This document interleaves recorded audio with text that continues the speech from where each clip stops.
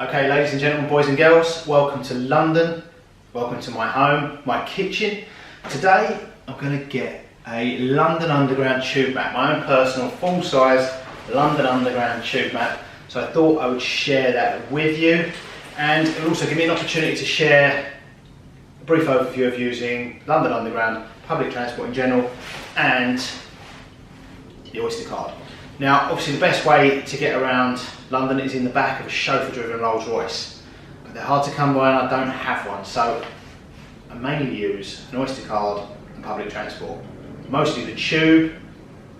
I also walk and cycle quite a lot in conjunction with using the tube.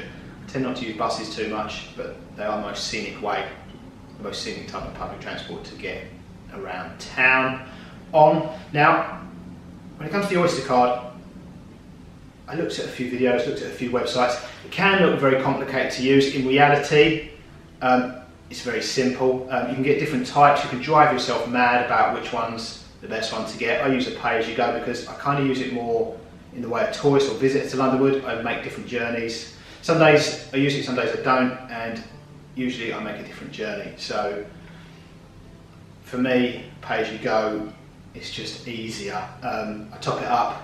You can top up 10, 20, 50 pounds. The cars themselves cost £5 initially, which is apparently refundable. I've never obviously refunded mine. I tend to wear them out and break them. But they're like credit cards. They're pretty durable. They last a few years. Now, like I say, you can make it as complicated as you like. Pay as you go. It maxes out in zones 1 to 4 at £9.50. So you can make as many journeys as you like within zones 1 to 4 on buses, trains and tubes. And once you get to £9.50, it will max out. I was going to say it will stop charging you, but when you tap in, tap out, it looks like it's still charging you, but it does work, it will max out. If you go out to 5 and 6, right now, it maxes out at £12 per day. So I think it's cheaper off peak, but again, that's a whole other thing about when the times are, what transport system you're on. I think all you need to do is allow, right now, allow £9.50 for as many journeys as you like within zones 1 to 4 on bus, train and tube. Boats cost more, some other forms of transport cost more. But again, you can read all the websites and watch all the videos and drive yourself mad about that. If you make less journeys, 1 or 2 journeys, you're going to get charged less, much less than £9.50. You're just going to pay for those couple of journeys. It will show you when you tap out how much you've paid. You just have to remember to tap in or tap out, or it will charge. If you don't tap out, you'll get charged the maximum fee. So yeah, that's the simple way of looking at it. I travel within zones 1 to 4. I often make a lot of different journeys, and it doesn't charge me more than £9.50 a day. It's the simple way of looking at it. So let's go and get on a tube, go to the shop in Covent Garden that sells tube maps, and then I can tell you a little bit more, a few hints and tips for using the tube, and then when we get back, I'll tell you why I bought my very own tube map. Okay,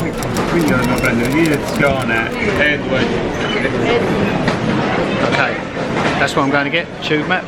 So when I'm making obscure journeys, I know exactly what journey I need to make and where I need to go before I leave home, rather than hang around all these tube maps for tourists. Check out the queues.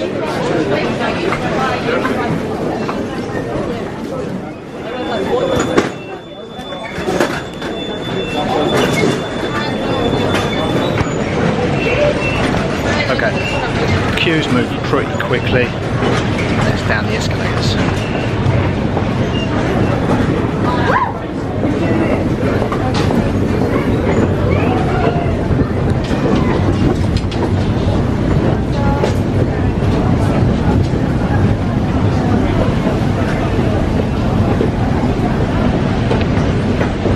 Okay, the key thing is, the most important thing to remember is to stand on the right hand side. Why not use contactless today? Benefit from both daily and weekly fare capping. Use the same single bank card or smartphone to touch in and out to get the best value fare for your travel. Okay, key tip is to stand on the right hand side and then let people who want to run down run down the left hand side who are in a rush. If people are standing in front of you on the right hand side, my advice is don't say a word, because invariably do one of 3 things. A tourist who doesn't know any better, which is frustrating, or be a woman with young children who can't get out of the way. or someone with disabilities, then you'll be the one in the wrong when you're behind them, yelling at them to get out of the way when they can't.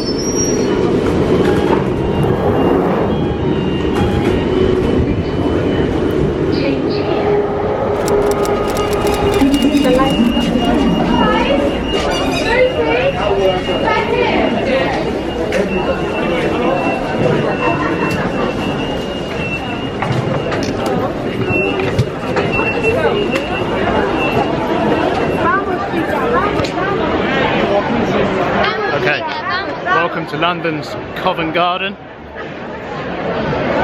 Covent Garden Tube, somewhere I very rarely come. I normally walk from one of the other tube stations relatively nearby. I think there's something you'll hear a lot of people say is to walk from stations rather than transferring, which is all very well if you know your way around above ground, which I do. If you don't, the best thing to do is to look on a street map, find the nearest tube station to where you're going and get the tube there. The only reason us Londoners I would avoid that is because we all have stations and tube lines. Well, first of all, they're all different. No two lines are the same, they have different trains and all the stations are different, and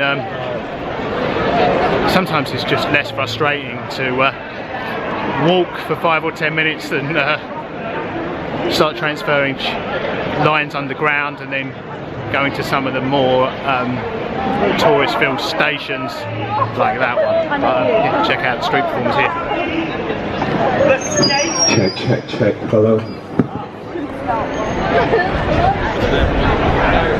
Right, in the corner of Covent Garden Piazza, over here is the London Transport Museum. And I'm not going to go in the museum, I'm going to go in the Transport Museum shop where they sell Transport for London full-size or almost full-size tube maps that you find on the walls of London Underground stations.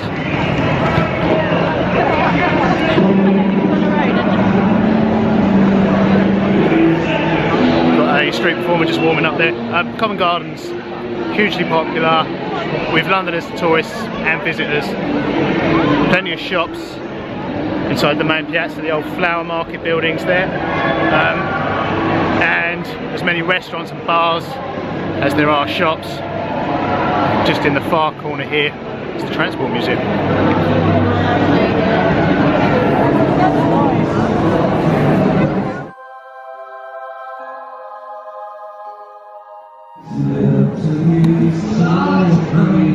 Okay, so this is one of the entrances to the Transport Museum, and more importantly, the shop. And as you can see, they've got lots of souvenirs and gifts and collectibles and artwork, all to do with Transport for London.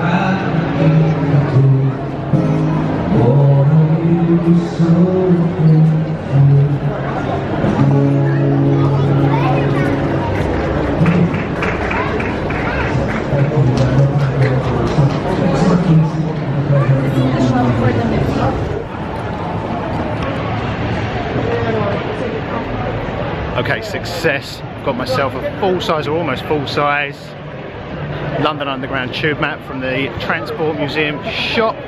Now, I'm not going to unroll it here. I'm going to head home and I'll share it with you guys when I get home. Once I've got a frame, and I'll need to frame it so I can hang it on the wall.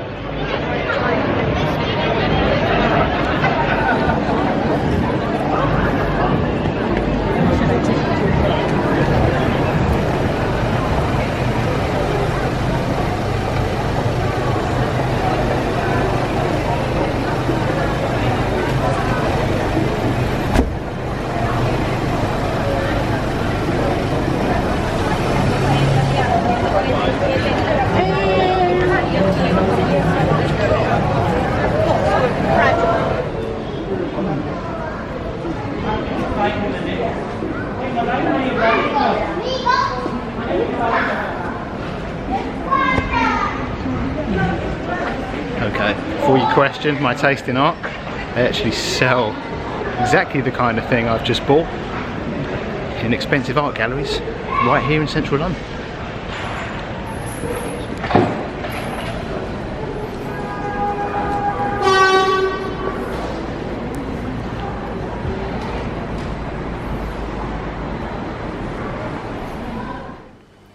Okay, so here is my London Underground tube map poster from the London Transport Museum in Covent Garden.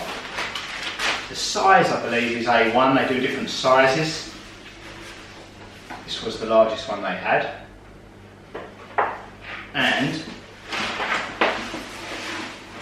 this is the frame I've ordered on the internet from eBay, a seller on eBay to be precise. This is the inexpensive frame I've ordered to put the poster in, which will mean I can then hang it in the entranceway to my London home. So I'm going to put the poster in the frame. I'll bring you guys a little closer and I'll show you the finished product.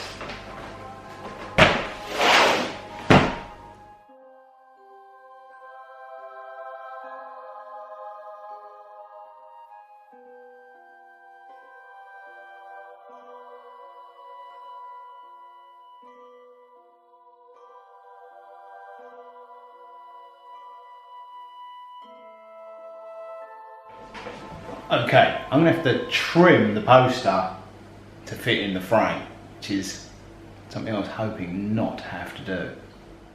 Okay, the frame I've got is A1, which is a standard size picture frame. The map is slightly bigger than a standard size poster. It's slightly bigger than A1, which I knew when I ordered the frame, but I was hoping that I would only have to lose the white borders. But I'm going to have to lose a little bit of the map. I'm not sure why the map's slightly bigger than a standard size poster. I guess maybe they just are on tube stations. So I have a decision. I don't know if you can see where the glass or the plastic perspex is, but that is the size that ultimately the map is going to be, which I'm going to have to trim round. That's the clear plastic or glass that sits in the frame. So obviously there's going to be a few mil underneath the frame as well. Now, if I have the edge there, you get that edge of the map in. However, you're cutting off a little bit of this edge. And again, if you put it this way, you're losing a bit of that edge. Top and bottom, it's fine. There might be a little bit of loss from the frame, but top and bottom, it's absolutely fine. It's just edge to edge. So if you put it this way, and I cut around it, I'm going to get in the underground symbol and all of these stations at the edge here. However, I'm then cutting off the colour codes for the different lines, which are more important than the underground sign, and I'm losing Heathrow, which I use, whereas the odd stations at this end, Shenfield and Beckton, I don't think I've ever been to. So I'm going to have to cut with it at that edge, meaning I get all of that end of the poster in, and all I'm losing is the edge of the underground sign, which is a shame, but it is useless. And bear in mind, this isn't a piece of, although this is in a picture frame, and I guess for some people it's a piece of art, for me it is going to be a functional utilitarian thing that I use in the entranceway to my home. I am, however, going to lose the words for Beckton, Upminster and Shenfield. However, I think if I cut it right, you will actually be able to still see that there's a station there. You just won't be able to read the name of the station, which is to the right of them on the poster. So I'm going to line this up and cut around it and get it in the frame. But yeah, it's a shame I've got to lose a few words. Beckton, Shenfield and Upminster, but I mainly use this bit anyway. Okay, so that's the position I've decided on. Wish me luck, because once I've done this, there's no going back. I've lined up the screen. I'm going to cut around it with a kitchen knife and hope it comes out okay. Also, I'm hoping it's straight.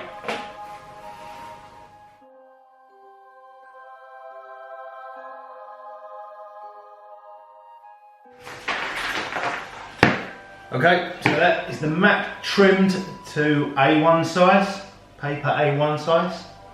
It's the moment of truth. Let's get the protective film off the screen and get it in the frame.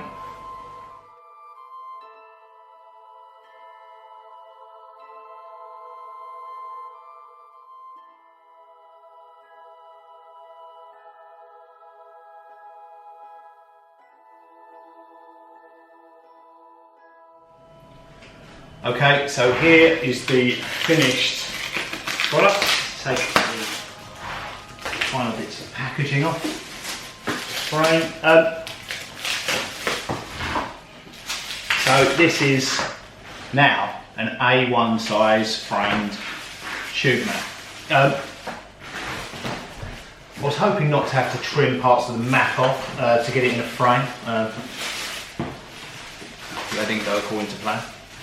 However, for me, this is rather than a piece of art for the wall, which is, I guess, why most people buy these maps, tourists in the Transport Museum.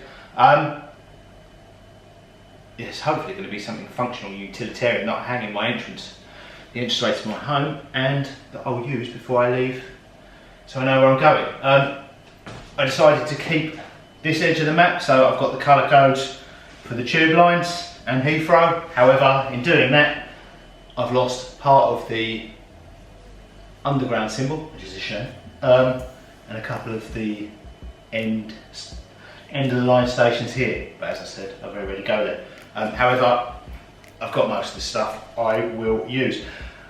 These maps come out every few years. There'll be another one very soon with more lines that are under construction at the moment. So maybe when the next one comes out, you never know, maybe they'll make the posters a standard poster size and it will fit straight in the frame. Probably not. However, maybe by then I'll find a frame the size of the posters. I have no idea what size that is, but it's bigger than A1, slightly. Or if I'm feeling particularly extravagant and I use it as much as I think I will, I guess I could always have a frame custom made. But that would probably be an expense that I'd suffer losing part of the map for. If you're wondering how much this cost, the poster was just shy of £10 in the Transport Museum's shop. They do different sizes, so I guess maybe I could have got a smaller one, which I would probably have had more luck finding a frame for, because I could have used mounts around the edge of the frame. Yeah, it probably would have been better if I'd got a smaller map. But I wanted the bigger one. So yeah, the map itself was a tenner basically. The frame cost me just shy of £20 from someone selling them on eBay. And to be honest, the choice was limited in this size. Smaller frames, there are loads available. When you get to this size, unless you want to spend a lot of money, the choice is pretty limited. So yeah, things can only get better when the next map comes out, but I'm happy with that. It'll be useful, and hopefully I'll use it a lot hanging in the entranceway to this house. So I hope you enjoyed this little look at London, still arts and crafts video, producing a poster, and if you're planning on making your own one, framing your own one, now you know they don't fit in standard frames. Yeah, hopefully it was in some way useful, interesting, and